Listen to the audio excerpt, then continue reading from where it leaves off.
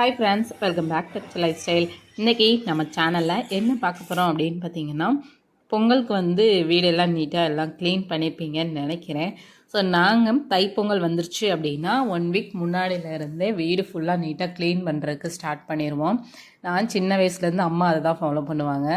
அதாவது ஊர் பொங்கல் வருது, திருவிழா வருது அப்படின்னா அப்போ அதுக்கு முன்னாடியும் வந்து க்ளீன் பண்ணுற ஒர்க் வந்து ஸ்டார்ட் பண்ணிடுவாங்க. தைப்பொங்கல் அப்படின்னாலும் க்ளீன் பண்ணுற ஒர்க் வந்து ஸ்டார்ட் பண்ணுவாங்க.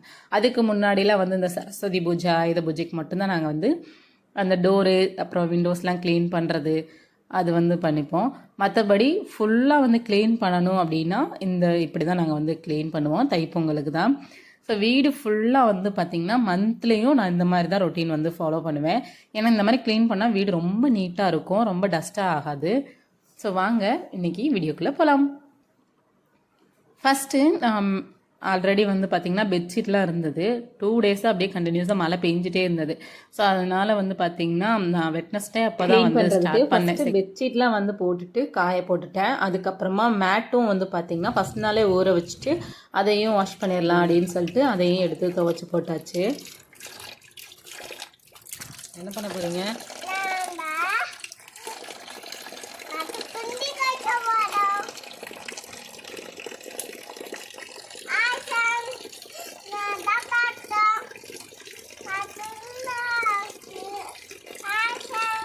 ரெண்டு வேலையும் ஃபஸ்ட்டு கையோடு முடிச்சுட்டு அதுக்கப்புறம் வந்து பார்த்திங்கன்னா வாஷிங் மிஷின் வந்து க்ளீன் பண்ணுறதுக்கு பார்த்துட்டேன்.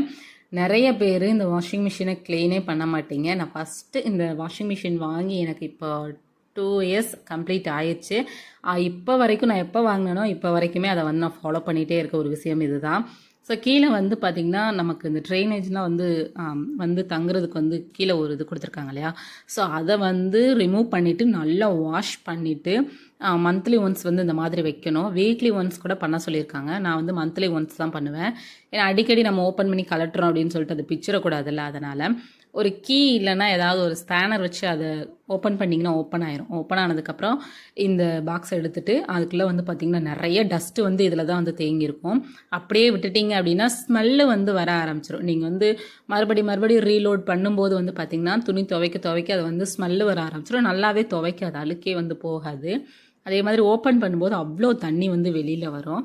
ஸோ நான் மந்த்லி ஒன்ஸ் பண்ணுறதுனால எனக்கு வந்து ஓரளவுக்கு தான் டஸ்ட்டு வந்து அதில் இருக்கும்.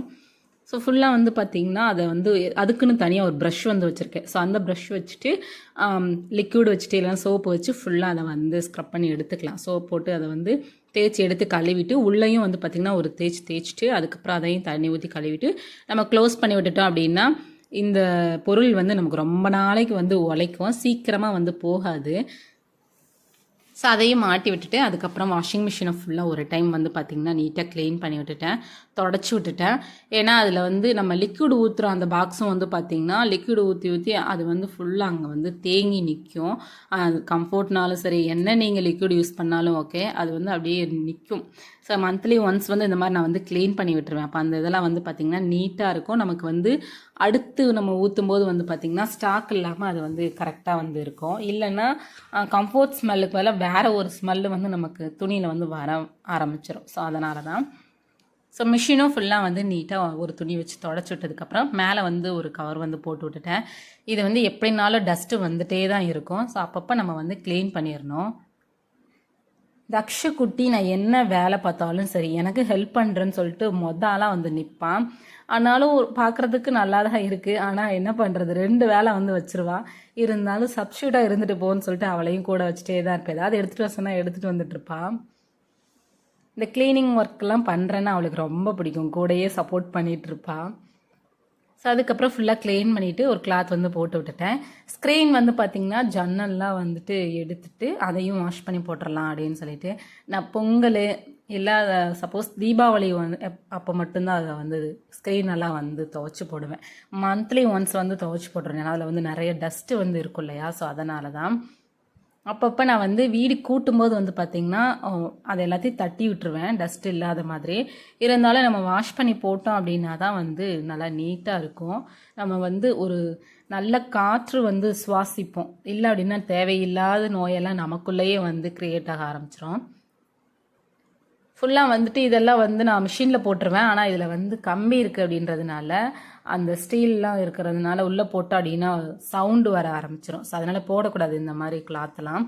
அதனால் இதையும் தனியாக பொடி போட்டு வெளியில் வந்து பார்த்திங்கன்னா ஊற வச்சுட்டேன். ஒரு 1/2 அன் ஹவருக்கு அப்புறம் வாஷ் பண்ணி போட்டுக்கலான்னு சொல்லிட்டு பெட் ஸ்ப்ரெட்ஸு அதுக்கப்புறமா பில்லோ கவர்லாம் எடுத்து அதையும் வந்து மிஷினில் போட்டுடலாம் அப்படின்னு சொல்லிட்டு நிறைய வந்து எல்லாமே இன்றைக்கி வாஷ் பண்ணணும், எல்லாமே க்ளீன் பண்ணணும் அப்படின்னு நினச்சேன்னா ஃபுல்லாக நீட்டாக வந்து க்ளீன் பண்ணி விட்டுருவேன். சரி இதை நாளைக்கு பார்த்துக்கலாம், அடுத்த டைம் பார்த்துக்கலாம், ஏன்னா மழை எப்போ வரும்னே சொல்ல முடியாது. கையோடு எல்லாத்தையும் முடிச்சிட்டோம் அப்படின்னா நீட்டாக இருக்குன்றதுனால ஜன்னல்லாம் வந்து பார்த்திங்கன்னா நான் மந்த்லி ஒன்ஸ் ஃபுல்லாக வந்து ஒரு தட்டி விட்டுட்டு அதுக்கப்புறமா தான் வந்து கூட்டுவேன். கூட்டும் போதே ஜன்னலில் இருக்க ஒட்டுறையெல்லாம் நீட்டாக எடுத்து விட்டுருவேன். பட் ஆனால் அதில் டஸ்ட்டு வந்து பார்த்திங்கன்னா டெய்லியுமே தங்க ஆரம்பிச்சிடும். ஸோ அதெல்லாம் மாதம் ஒரு டைம் வந்து இந்த மாதிரி ஒரு கிளாத் எடுத்து ஃபஸ்ட்டு தொடச்சிட்டு ஈரமான கிளாத் எடுத்து தொடச்சி விட்டோம் அப்படின்னா ஓரளவுக்கு வந்து க்ளீனாக இருக்கும், பார்க்குறதுக்கு வந்து நீட்டாக இருக்கும், டஸ்ட்டு பெருசாக வந்து அங்கே வந்து அடையாமல் இருக்கும். ஸோ எல்லா ஜன்னலையுமே நீட்டாக அந்த மாதிரி தொடச்சி விட்டுட்டோம் அப்படின்னா நல்லாயிருக்கும். அதுக்கப்புறம் பீரோலுக்கு மேலே இருக்க திங்ஸ் நம்ம என்ன தான் வந்து இங்கே வைக்கக்கூடாதுன்னு நினச்சாலும் ஏதாவது ஒரு திங்ஸ் வந்து அங்கே மேலே வைக்க வேண்டிய சூழ்நிலை வரும். அது இந்த மாதிரி டீப் க்ளீன் பண்ணும்போது தான் எடுப்பேன். அது வரைக்கும் அந்த திங்ஸ் வந்து அங்கேயே தான் இருக்கும். ஸோ அதையெல்லாம் நீட்டாக எடுத்துட்டு அங்கேயும் மெயினாக வந்து பார்த்திங்கன்னா டஸ்ட் அவ்வளோ வந்து இருக்கும். அதை ஃபுல்லாக நீட்டாக க்ளீன் பண்ணிவிட்டு ஒரு வந்து தொடச்சி விட்டுட்டேன். வீட்டில் இருக்க எல்லா கதவையும் வந்து பார்த்திங்கன்னா ஈரக்கிளாத் வச்சு ஃபுல்லாக வந்து தொடச்சி விட்டாச்சு.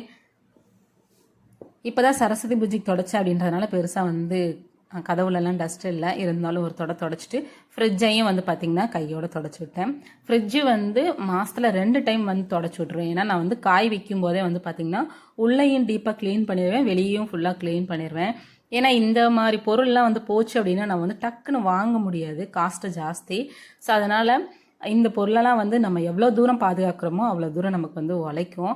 அதனால் முடிஞ்ச அளவுக்கு ஃபுல்லாக வந்து பார்த்திங்கன்னா நான் நல்லா நீட்டாக க்ளீன் பண்ணி வச்சுக்கிருவேன். டேபிள் ஃபுல்லாக அக்ஷரா குட்டி பண்ணுற வேலை தான். ஏன்னா அவள் வந்து டாய்ஸு, அவளோட புக்ஸு, பேக் எல்லாம் அங்கே தான் வச்சுருப்பாள். நான் எவ்வளோ தான் நீட் பண்ணாலும் அவளோட டாய்ஸை எப்போ எடுப்பா எப்படி வைப்பான்னு கூட தெரியாது. அவள் இஷ்டத்துக்கு வந்து வச்சுட்டு போயிடுவாள். ஸோ அதை நான் அவகிட்ட சொன்னாலும் அவளுக்கு வந்து புரிகிற ஸ்டேஜ் வந்து இப்போ இல்லை. ஒரு சில டைம் பண்ணுவாள், ஒரு சில டைம் வந்து பண்ண மாட்டான்.